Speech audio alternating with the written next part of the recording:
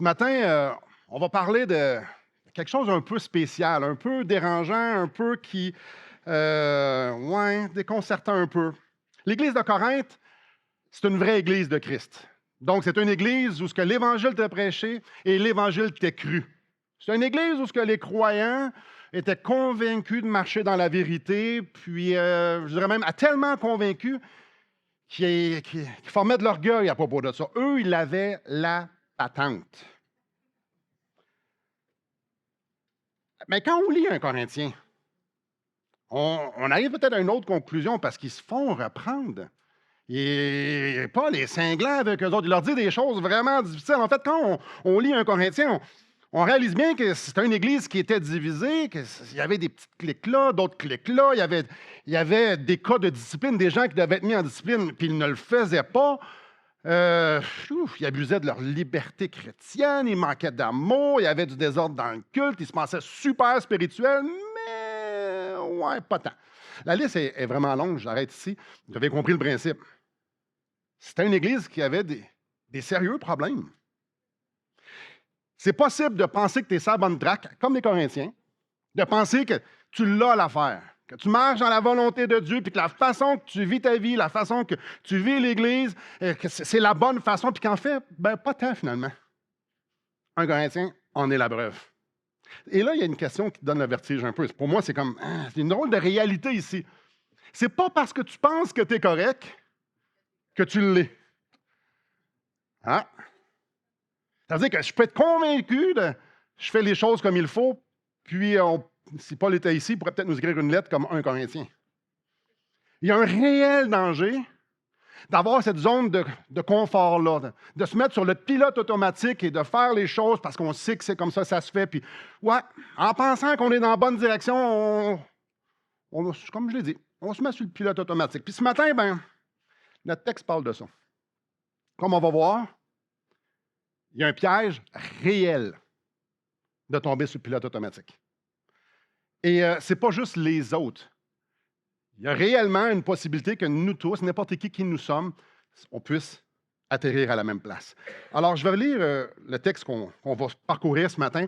1 Corinthiens, chapitre 10, je vais lire les 14 premiers versets.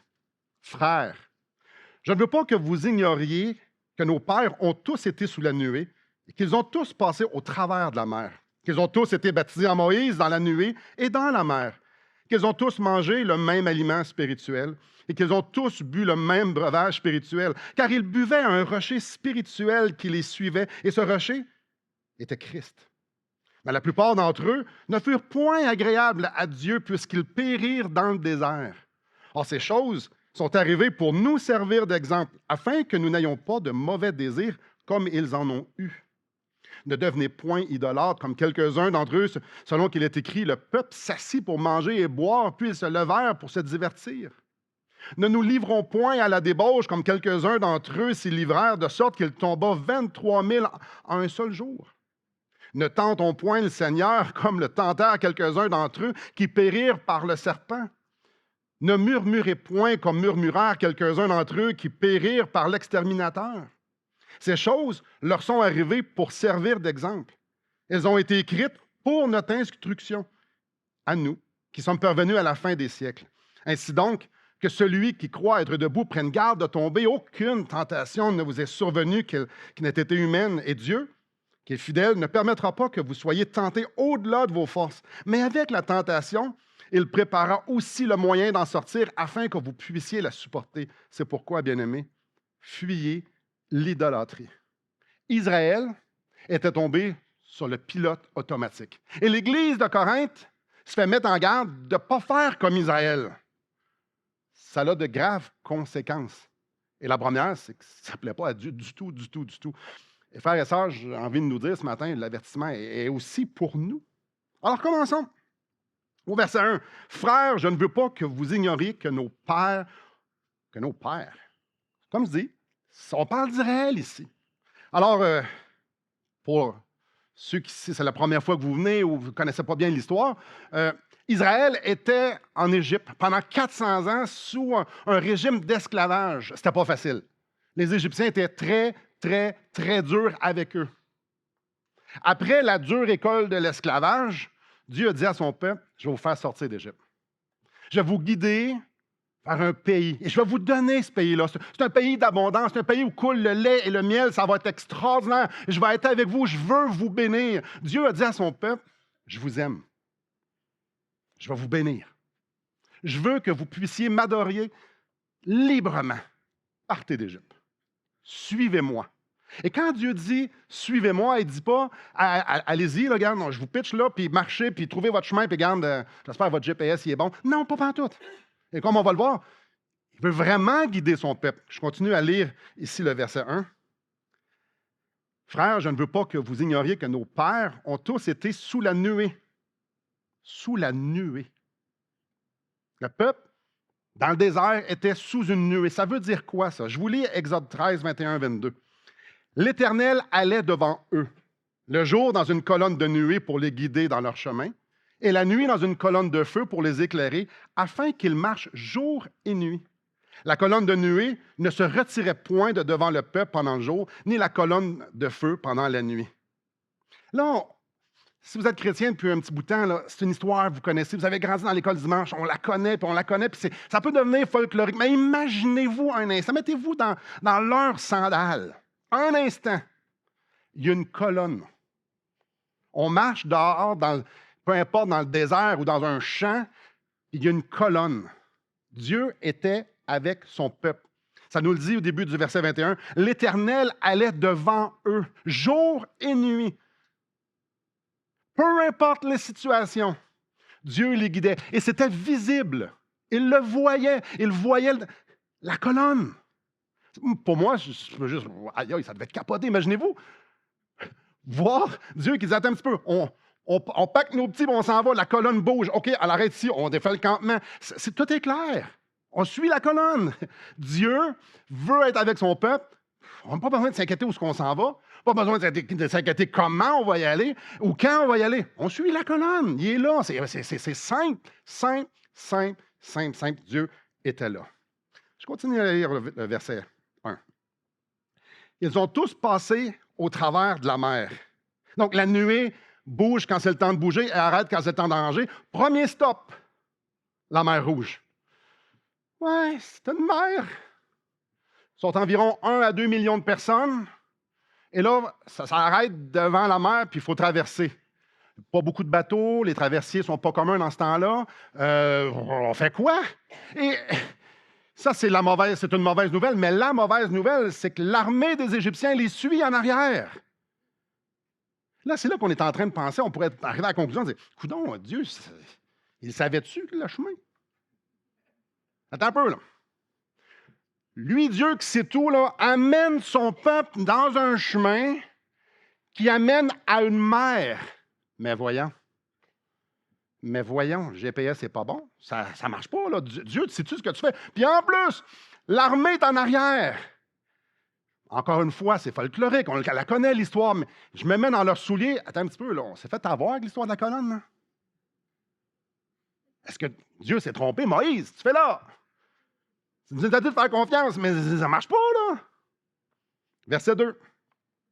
Ils ont tous été baptisés en Moïse dans la nuée et dans la mer. Moïse, c'est le leader que Dieu avait mis sur le peuple pour diriger son peuple. Puis Moïse a dirigé son peuple au travers de la mer, à sec. Là, on fait, ben oui, on le connaît.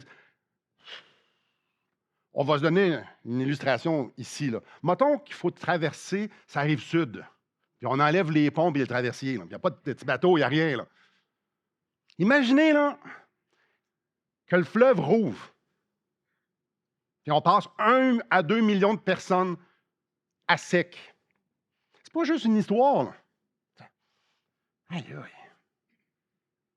Les eaux se sont ouvertes devant eux. Quand Dieu leur a dit, je vais être avec toi, il était sérieux. C'est pas fini. Les eaux se sont fermées, mais n'est-ce pas extraordinaire comme par pure dieucidence? Les eaux se sont refermées quand l'armée égyptienne était là. Alors, je peux juste voir le peuple d'Israël sur la rive puis voir ce spectacle morbide, mais quand même ô combien libérateur. OK? Eux, c'est une épreuve la veille, là. Il y a une mer devant eux autres, il y a une armée en arrière, c'est une épreuve, ils vont tous mourir, là. Et en un instant, C'est une libération qu'ils n'auraient jamais pu imaginer. Dieu les avait guidés là. Comme je dis, pour eux, c'était une épreuve, mais en fait, c'était une grande délivrance. Dieu est en train de les diriger dans une grande délivrance. Israël a vu des choses extraordinaires. Ils ont vu Dieu à l'œuvre d'une façon extraordinaire. La nuée, c'est une chose, mais en fait, il y a tellement, la liste est tellement longue. Je reste dans le texte. Alors, ils sont dans le désert. Pas beaucoup de food trucks. Uber Eats ne livre pas là. On mange quoi dans le désert? Ils ont dépouillé les Égyptiens de tous leurs trésors, mais ils n'ont pas de bouffe, là. On fait quoi? Encore une fois, hey, Moïse! Il est où le traiteur? Dieu a prévu le coup. Verset 3. Qu'ils ont tous mangé le même aliment spirituel. Dieu leur a envoyé du pain. Dieu leur a envoyé de la manne. Imaginez, la nourriture tombait du ciel. Je me souviens, mon père me disait, hey, l'argent ne pousse pas dans les arbres, ça ne tombe pas du ciel. Non, mais le pain, oui, par exemple. Le peuple n'avait même pas besoin de s'inquiéter. Là. Dieu s'occupait de la nourriture. C'est pas fini. Donc, c'est une bonne chose de manger, mais il y a un autre élément qu'on a besoin pour notre survie. Il n'y en a pas beaucoup dans le désert, mais on a vraiment besoin, surtout dans le désert. Ça s'appelle de l'eau. Début du verset 4. Et qu'ils ont tous bu le même breuvage spirituel, car ils buvaient à un rocher.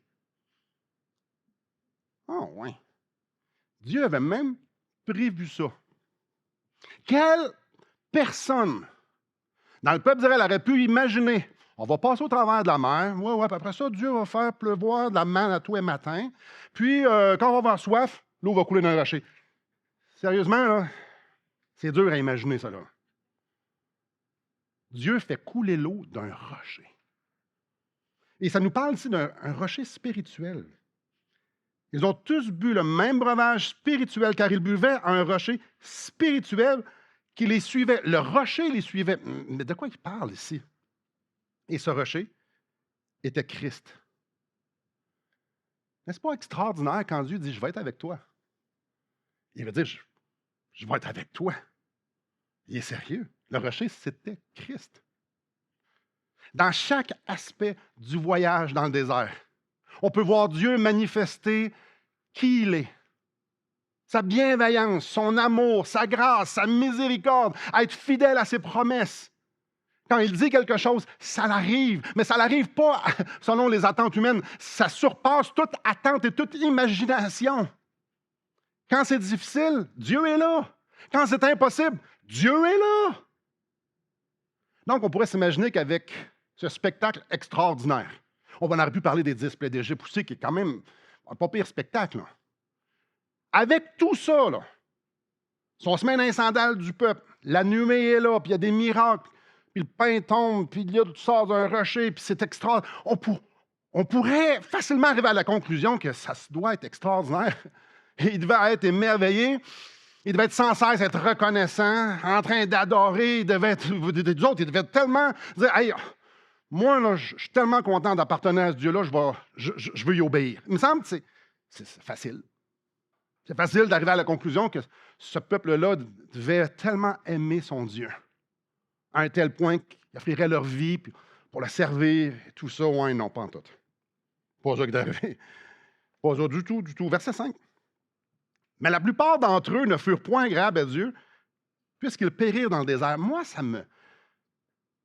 Avez-vous déjà lu cette histoire-là, puis regardez tous les éléments, puis comment que le peuple murmure, puis comment ils n'ont pas de mémoire, puis comment... Écoute, la nuit est là, il y a tout, là. Moi, je vous le partage, ça m'est arrivé quelques fois de dire, ils sont donc bien cabochons. Ça se peut pas. Ça comme... C'est difficile à imaginer qu'ils ont Dieu avec eux autres. Dieu pourvoyait. Ils ont vécu des choses extraordinaires. Puis le peuple n'arrête pas de se rebeller, puis de murmurer, puis de chialer. On peut lire l'histoire d'Israël, comme je viens de dire, hey, pas fort, hein? Pas fort. Je ne vous mentirai pas, ça m'est déjà arrivé de penser que je ferais mieux. Là, vous riez. Quoi, vous n'êtes pas d'accord? Ah, non, je serais capable. Non, non, non, c'est une blague. Pas du tout. Pas du tout. En fait, la réalité, c'est qu'on peut tous faire la même chose. Ou la réalité, on peut même dire, parfois, on fait la même chose. Regarde au verset 6. Or, ces choses sont arrivées pour nous servir d'exemple, afin que nous n'ayons pas de mauvais désirs comme ils en ont eu. Donc, voici l'exemple pour pas que vous fassiez comme eux. Donc, s'il n'y a pas l'exemple, vous allez faire la même chose, parce qu'on a le même cœur. Paul dit aux gens de Corinthe, regardez bien ce qu'on fait, là. Parce que vous avez la tendance de faire la même chose. Faites pas pareil. Verset 7. Ne devenez point idolâtres. Attends un peu. Eux, ils offraient des sacrifices, ils allaient au tabernacle, puis ils adoraient. Puis ils disaient, soyez pas idolâtres. Le peuple était idolâtre. Donc, oui, ils faisaient tout ce qu'il fallait d'une façon religieuse. Oui, ils élevaient le nom de l'Éternel, puis ils chantaient les cantiques. Oui, oui, oui, oui. Mais ça, c'était pas assez pour eux. Ça l'avait pas, ça remplissait pas leur cœur, ça ne remplissait pas leur âme. Pour eux, il manquait quelque chose. Et Paul donne 4 façons que leur idolâtrie se manifestait. Je continue le verset 7. Ne devenez pas idolâtres, comme quelques-uns d'entre eux, selon qu'il est écrit, le peuple s'assit pour manger et boire, puis ils se levèrent pour se divertir. Ça ici, c'est une citation d'Exode 32. Et Exode 32, c'est quoi, petit caille? Je vais vous le dire. À un certain moment donné, Dieu dit à Moïse, monte en haut de la montagne, je vais te donner les lois. Mais le peuple reste en bas, puis il n'y a personne qui s'approche de la montagne. Et là, en haut de la montagne, ça brasse. Qu'est-ce que je dis, ça brasse? C'est que la présence de Dieu, Moïse est dans la présence de Dieu. La nuée est là et tout ça. Et le peuple, eux autres font comme, OK, Moïse est là, ça fait longtemps qu'il est là, hein? Ils regardent Aaron, on pourrait l'appeler le bras droit de Moïse, celui qui était supposé de garder le peuple dans la droiture, dans la pureté religieuse, dans toutes les choses saintes et les choses qui plaisent au Seigneur. Mais hey, on aimerait ça que tu nous fasses un Dieu qu'on peut voir. Ils ont fait un veau d'or. Ils ont fait un veau d'or. Aaron a dit, ben oui, on fait un veau d'or. Et ce qu'on voit, c'est qu'après avoir fait le veau d'or, ils font une fête. Ils font un party. Ici, c'est une citation, comme je dis. Ils mangent, ils boivent, puis ils se divertissent. Le peuple a fait exactement ce que les nations alentour faisaient. Lorsque les nations adoraient leur Dieu, ben, ils faisaient une fête après. Alors eux, ils ont dit, ben, on veut un Dieu, on a envie d'adorer, on fait le veau d'or, mais on fait, ben, on va faire comme les autres. Ça a l'air bien ce qu'ils font eux autres. Ils ont l'air d'avoir du plaisir. Ils se divertissent, ils mangent, c'est un party. On fait la même chose. Le problème, c'est pas le manger et le boire. Le problème, c'est pas le divertissement. Le problème, c'est de faire comme les autres. Dieu a dit, c'est moi que tu vas adorer. Et tu vas m'adorer à ma manière. Tu vas marcher dans mes voies et tu ne feras pas comme les peuples païens. Mais le peuple, ils n'ont pas dit, mais c'est comme ça qu'ils se sentaient, c'est ce qu'ils ont fait. Oui, mais ça a l'air bien ce qu'ils font, là. C'est pas si pire que ça, là. Dieu ne voulait pas qu'ils fassent comme leurs voisins et eux voulaient faire comme leurs voisins. Dieu voulait que son peuple soit différent pour qu'il puisse jouir de quelque chose de différent. L'idolâtrie produit de l'idolâtrie et ça n'a rien à voir avec Dieu. Ce que Dieu voulait pour son peuple, c'est qu'il l'adore pour qu'il puisse être avec eux et qu'il puisse jouir de sa présence. C'est pas fini. Verset 8. Ne nous livrons point à la débauche comme quelques-uns d'entre eux s'y livrèrent de sorte qu'il tomba 23 000 en un jour. À un certain moment donné, certains hommes ont commencé à faire comme des hommes des autres peuples. Ils ont commencé à avoir des relations avec des femmes. Alors ici, c'est avec les femmes de Moab. S'ils le font, on le fait. Dieu avait dit, non. Dieu avait dit, tu n'iras pas avec les femmes de tes voisins. Là. Tes voisins dans les peuples voisins. Tu ne sortiras pas du peuple d'Israël pour te trouver une femme. Non, non, non, parce que assurément, ils vont tourner ton cœur, ils vont détourner ton cœur de moi. Faites pas ça. Qu'est-ce qui est arrivé? Ben, les hommes y ont été et les Moabites ont détourné le cœur des hommes. Et ont fini par se prosterner devant Baal. Encore une fois. Ce que les voisins faisaient, Ça semblait correct, là. On peut avoir Dieu, puis on peut avoir aussi ce que les voisins. Fait, on peut faire pareil. Ça a l'air le fun. Ils font comme eux. Dieu disait non, non, non, non. En fait, ce que Dieu disait, c'était optionnel. Ou non, disons-le d'une autre façon. Qu'est-ce que Dieu commandait, le peuple l'organisait pour que ça puisse bien fitter avec leur plaisir ou leur désir.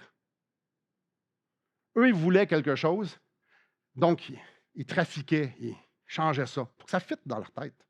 L'attrait du plaisir était beaucoup plus important que la présence de Dieu.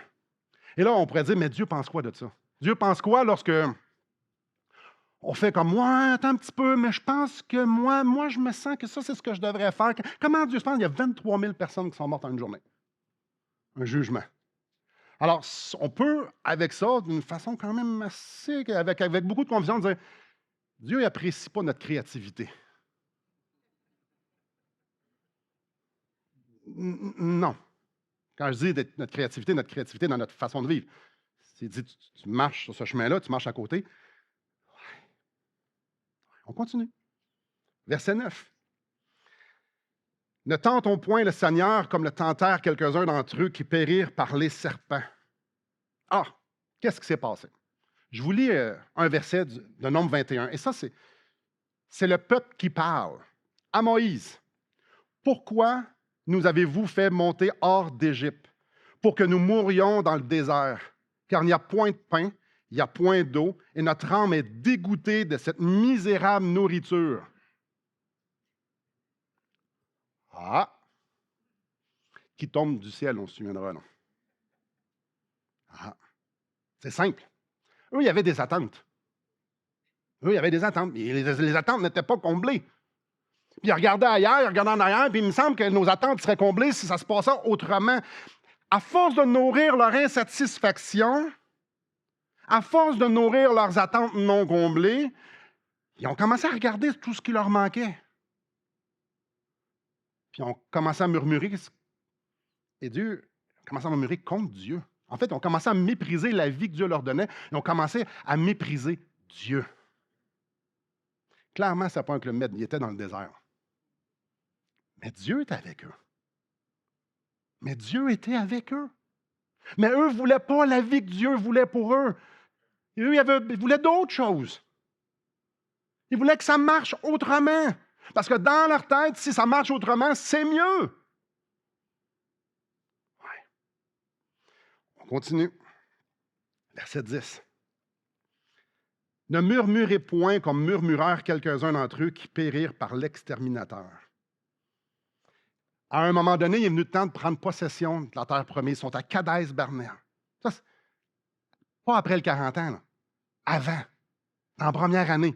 C'est le temps de prendre le pays promis, de rentrer dans le pays où coule le lait, le miel, l'abondance. Mais le peuple a peur. Mais non. Mais non, on ne veut pas aller là, là. On ne peut pas aller là. Fait qu'on commence à murmurer encore. Murmurer, si vous ne savez pas ce que ça veut dire, ça veut dire chialer. Grosso modo, s'il y a des Européens, c'est critiquer ou pas être content. Les autres voulaient retourner en Égypte. Ben oui, parce qu'en Égypte, ça allait super bien. En Égypte, ça allait tellement bien qu'ils criaient à Dieu d'être libérés. Mais eux, ils veulent aller en Égypte. Ils retournaient là. Et là, la terre promise est là. Il faut la conquérir. Il y a des géants. Il envoie des espions. Il y en a 10 qui font comme hey non, il y a des géants, on ne peut pas aller là. Oui, il y a des gros raisins. Puis oui, il y a de l'abondance, mais on va tous mourir. Puis il y a Josué et Caleb qui font comme ben Dieu est avec nous, on va y aller. Et le peuple va faire ben non. Mais non. Hey, on n'est pas venu ça pour mourir dans la terre promise, là. Voyons donc. En passant, la nuée a arrêté juste près de là. Ils n'ont pas inventé le chemin. Là. Dieu les guidait, là. Ah non, on ne peut pas. Ça n'a pas de sens. Il y a des géants. On n'oublions pas là, ce qu'ils viennent de vivre. Là. Ça fait un bout de temps que Dieu déploie des miracles inimaginables. Là. Sa grâce, son amour, sa bienveillance, tout est là. Le spectacle est dur à imaginer. Depuis toujours, Dieu, lorsqu'il fait des promesses, remplit les promesses. La fidélité de Dieu, elle est 100%. Mais ça ne comptait plus. Encore une fois, Ils voulaient d'autres choses. Hey, on était tellement bien en Égypte. Sérieux? Dieu leur offrait un pays d'abondance sur un plateau d'or. Puis eux font comme, non, mais ça ne répond pas tout à fait à nos attentes. On va prendre le pays, mais conquérir, faire la guerre, non. Non, non, non, ça, non. Moi, je mets mes limites ici, on y va pas. Ah ouais. La nuée était là, là. Moïse qui parle avec Dieu est là, là. La manne tombe du ciel, il y a de l'eau, là. Chaque chose représente la présence de Dieu. Ah non, ça ne me tente pas. Pourquoi on est ici? Dieu était là. C'était pas assez. La présence de Dieu, c'était pas assez. Il fallait se divertir comme les autres peuples. Il fallait avoir la vie sexuelle des autres peuples. Il fallait avoir le confort des autres peuples. Il fallait avoir la vie facile des autres peuples. Le peuple cherchait à se combler ailleurs qu'en Dieu. Dieu est là, puis on fait comme encore et encore. On dit non, non, c'est pas assez. On va faire d'autres choses. Pas on peut. Ils le font. Christ pouvait les combler, puis on dit ouais, non. Mais on reste le peuple de Dieu, on continue d'aller au tabernacle, on continue d'avoir espérance dans les promesses, on continue, on fait tout ça. Mais de l'autre côté, il y a comme cette dualité-là. On fait à notre tête, on ne veut rien savoir, on murmure, on chiale, on s'inquiète. Verset 11. Ces choses leur sont arrivées pour servir d'exemple. Et elles ont été écrites pour notre instruction. C'est 2000 ans plus tard, j'entends la voix de Paul. À nous qui sommes parvenus à la fin des siècles. Voyez-vous ce que Paul est en train de faire? C'est au verset 10, il dit « Ne devenez point ». Au verset 8, « Ne nous livrons point ». Au verset 9, « Ne tentons point ». Au verset 10, « Ne murmurons point », « Ne murmurez point ». Ce qu'il est en train de leur dire, c'est « Le rocher, il est suffisant. Christ est suffisant. Faites pas comme eux. Allez pas faire comme eux, allez être créatif dans votre façon de vivre votre vie chrétienne en dehors de la volonté de Dieu. Faites pas ça. Les Corinthiens, c'était du monde qui était sûr d'eux-mêmes. Eux, ils pensaient qu'ils avaient l'enfer. Eux, ils étaient tellement spirituels qu'ils faisaient toutes sortes de miracles, puis de choses, puis désordonnés, le plus total, assez que Paul passe 3 chapitres pour les reprendre sur ce sujet-là. Parce qu'eux, ils croyaient qu'il avait l'affaire. Eux, ils avaient compris. Mais Paul est super cinglant au verset 12. Ainsi donc, que celui qui croit être debout prenne garde de tomber. C'est pas parce que tu penses que tu es correct que tu l'es. Il leur dit ici, faites attention. Faites attention.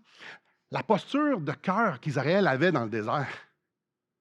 Il est en train de leur dire ici, hey, c'est pas juste eux autres, là, ils n'ont pas le monopole de la folie, eux autres là.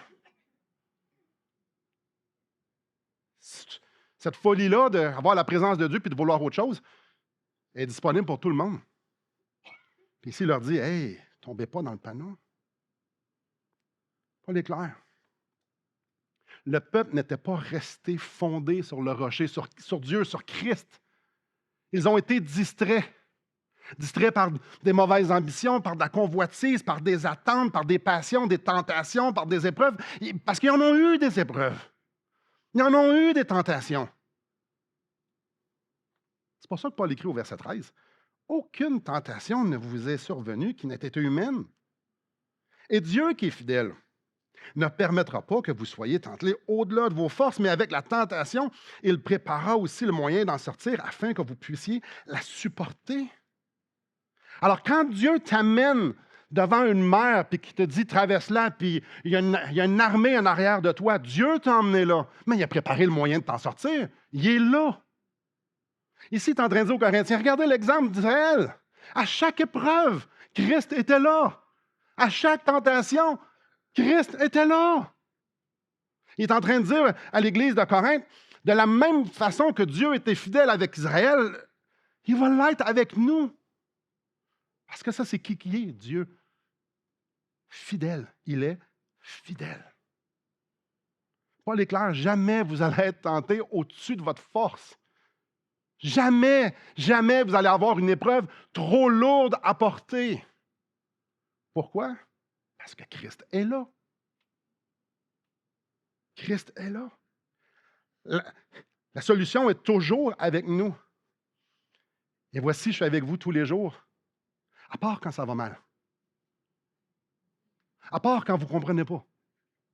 Non, jusqu'à la fin du monde, je vais être là. Puis je vais tellement être là que je vais être en dedans de toi. C'est à quel point il veut être présent dans notre vie, ça? Le moyen d'en sortir qu'on voit. Mais le moyen d'en sortir de l'épreuve, là, de supporter la tentation, de supporter l'épreuve, c'est quoi le moyen d'en sortir?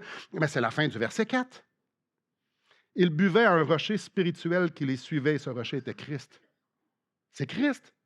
C'est sa présence. C'est sa vie en nous. C'est son esprit qui nous dirige. C'est le Dieu de toute consolation qui vient parler à notre âme, qui vient mettre un baume. Pas l'éclair. Quand tu es fondé sur le rocher, tu n'as besoin de rien d'autre. Tu n'as pas besoin d'un peu plus ou d'un peu moins. Tu as Jésus. Ça, c'est dur pour nous autres aujourd'hui. C'est dur pour nous. C'est dur au niveau matériel parce qu'on a accès à tellement de choses. Nous, si on veut, on peut aller acheter des choses. Il y a des gens sur la Terre, c'est inimaginable d'aller acheter quelque chose cet après-midi. Nous, on peut. Si vous ne pouvez pas, faites une demande de crédit, vous allez pouvoir. Là.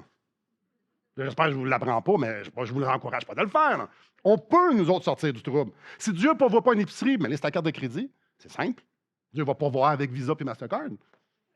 On peut. On a un pouvoir d'achat, nous autres. On peut. Non. Non. Évidemment, non. Mais non. C'est simple.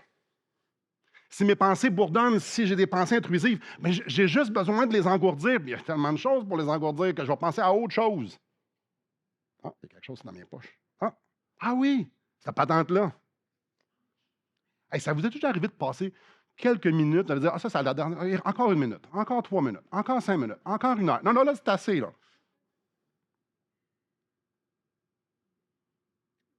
Ah. Ah. Alors, si on est préoccupé, il y a tellement de choses pour nous faire changer d'idée. Quand tu es fondé sur le rocher, tu n'as pas besoin de rien d'autre. Tu vas être capable de supporter n'importe quoi et de faire face à ce qu'il y a devant toi. C'est pour ça le verset 14, ça nous dit, c'est pourquoi, mes bien-aimés, fuyez l'idolâtrie. Ouch! Finalement, Corinthe avait un problème d'idolâtrie. Il n'était pas debout. Il y avait un problème d'idolâtrie. Parce que l'idolâtrie est un problème du cœur humain déchu. Faites pas comme les autres. Ce qu'il nous dit ici, ce qu'il leur dit, c'est faites pas comme. Aspirez à autre chose que ce que le monde aspire. Mettez pas le même système de valeurs que les autres. On n'est pas dans le même régime, on n'a pas le même système de valeurs. On est des enfants de Dieu, on est des ambassadeurs ici. C'est autre chose. Excitez-vous pas avec les mêmes choses, soyez pas comme les autres. Fuyez de l'idolâtrie, c'est ça l'idolâtrie. Et le texte est clair, Christ est suffisant, la vie qu'il nous donne, la vie qu'il nous dirige, est correcte. Christ est suffisant. Christ est suffisant. Et j'aime le premier mot, pas le premier mot, mais ce qu'il dit ici, juste avant l'idolâtrie, fuyez. Fuir l'idolâtrie. Fuir. Fuir l'idolâtrie, admettons, non, je ne dirais pas. Ici, il y a une tentation puis une épreuve. Fuir l'idolâtrie, c'est comment je pourrais profiter maximum de ça sans déplaire à Dieu. Où est la limite, Seigneur? Je ne veux pas que ça prenne trop de place. Oh, ça prend trop de place. Là. Non, là, je veux bien gérer ça.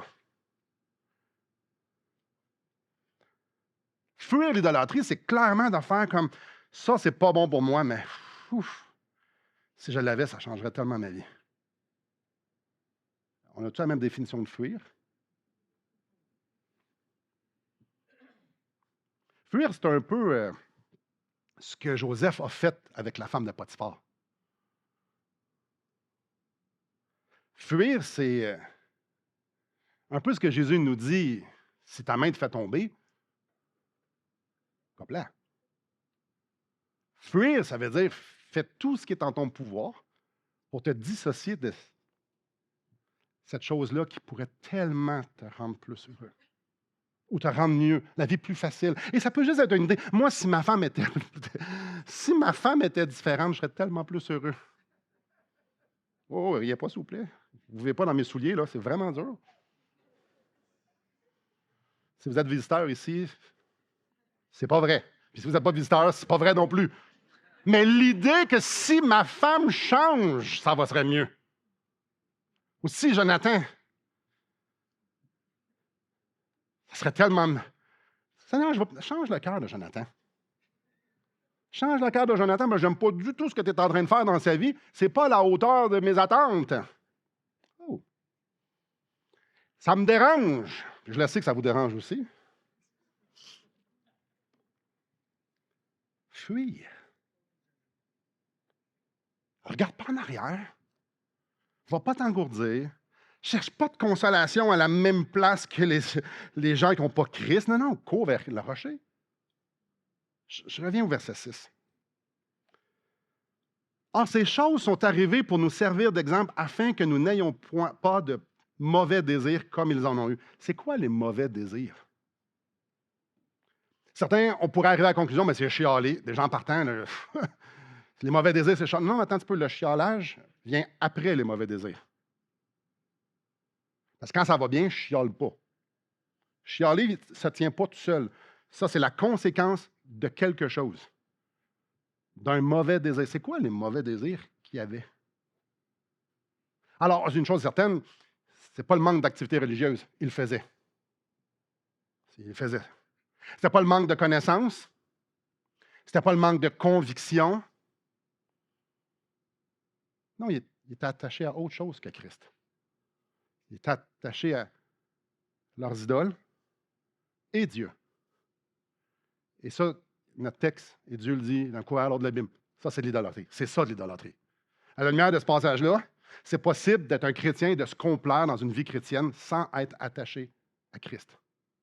Parce qu'ici, il s'adresse, le premier mot du chapitre 10, verset 1, il s'adresse à ses frères.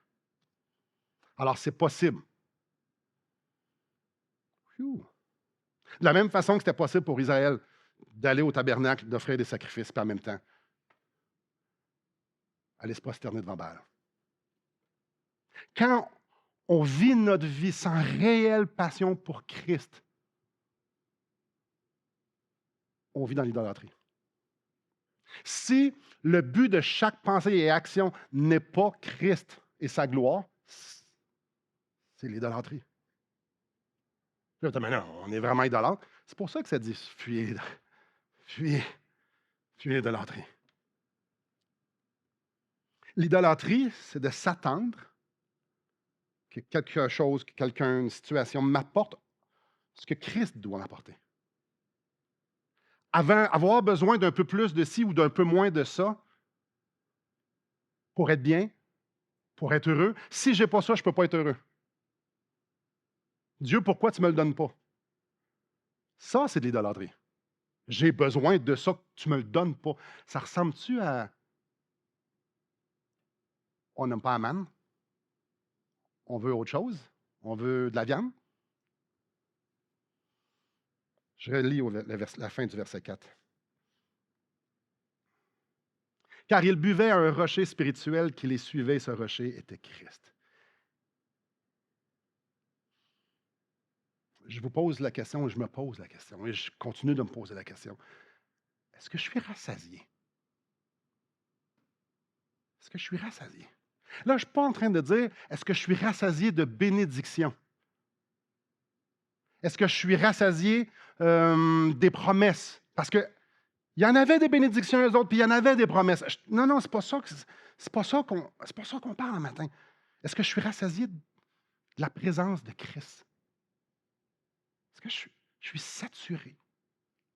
Parce que je suis dans sa présence. De la même façon qu'on va l'être au ciel pour l'éternité. Est-ce que c'est à ça que je goûte? Lui. Pas une meilleure vie, pas « Ah oui, regarde, on est bien, hein, on est ici, on mange, on va ici. » Ça, c'est des bénédictions. Ma femme m'aime, je l'aime, les enfants sont en santé, tout va bien, tout est sous contrôle. Non, ça, c'est des bénédictions, ça. Ah, puis Dieu me promet que s'il arrive quelque chose, il va être avec moi. Ça, c'est des promesses.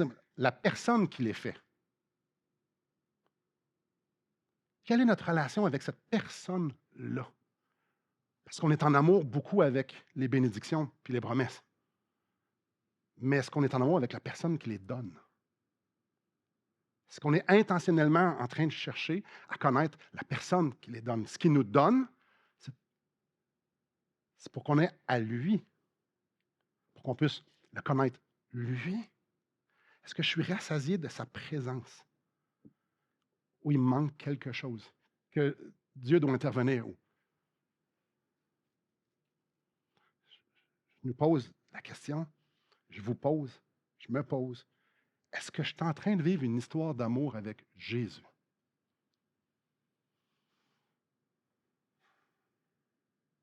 Ou je suis sur le pilote automatique? C'est une réflexion à avoir. Parce que j'aime l'idée ici. J'aime comment Paul s'adresse à une église, à des frères, à des sœurs. Dieu nous interpelle ce matin. Moi, je veux te donner vraiment plus que les bénédictions, puis te faire des promesses. Je veux qu'on soit ensemble, je veux être là dans ta vie. C'est la présence. Alors, je nous encourage à regarder ce qui nous motive, à regarder nos ambitions, à regarder les inclinaisons de nos cœurs, puis à dire, Seigneur, viens changer mon cœur, pas pour que je sois une meilleure version de moi-même. Je viens changer mon cœur parce que je veux te découvrir, puis je veux t'adorer. C'est toi, je veux que ma vie t'adore. Je ne veux pas arrêter d'avoir des conséquences. Je te veux toi. Et parce que quand on va à Christ, on lui dit, je te veux, je veux une relation, je veux comprendre mieux qui que tu es, je veux expérimenter mieux qui que tu es parce que tu es tellement extraordinaire. Ah, il va prendre ce temps-là. Parce que quand il a dit à ses disciples, suivez-moi, ils ont vécu 3 ans extraordinaires. Alors quand on dit à Christ, je veux te suivre, il nous donne son esprit, il veut continuer à marcher avec nous. Il veut continuer à être présent dans notre vie pour qu'on le découvre. Prions. Seigneur, quelle mise en garde. Merci parce tu nous donnes l'histoire d'Israël. Tu nous donnes l'histoire de Corinthe comme quoi on ne doit pas trop se dissocier de la posture d'Israël. C'est dans notre cœur. Seigneur, avec honte, comment c'est facile d'être insatisfait. C'est facile de trouver solution à nos ambitions, à nos soucis ailleurs qu'en toi. C'est facile d'être religieux, c'est facile d'être le pilote automatique et de savoir plein de choses, puis de faire les bonnes choses, mais que notre cœur ne soit pas intentionnellement pour toi. Seigneur, ça, toi, tu le sais parce que tu connais nos cœurs. Tu sais exactement chacun d'entre nous où est-ce qu'on est. Seigneur, ce qui est extraordinaire, c'est que tu sais où est-ce qu'on est et tu nous aimes. Et tu sais où est-ce qu'on est, puis tu nous poursuis pour qu'on soit avec toi. Alors viens parler à nos cœurs. Viens nous attirer, viens mettre le doigt sur les choses que tu aimerais enlever de nos vies pour qu'on puisse encore plus goûter qui tu es. Apprends à te connaître. Oh, grand Dieu, continue de nous poursuivre, continue d'être fidèle avec nous. Merci, parce que tu es un Dieu qui nous aime, qui est patient et qui veut être là. Glorifie ton nom dans nos vies, dans cette Église, dans le monde, parce que tu es digne. Je te prie dans le nom de Christ. Amen.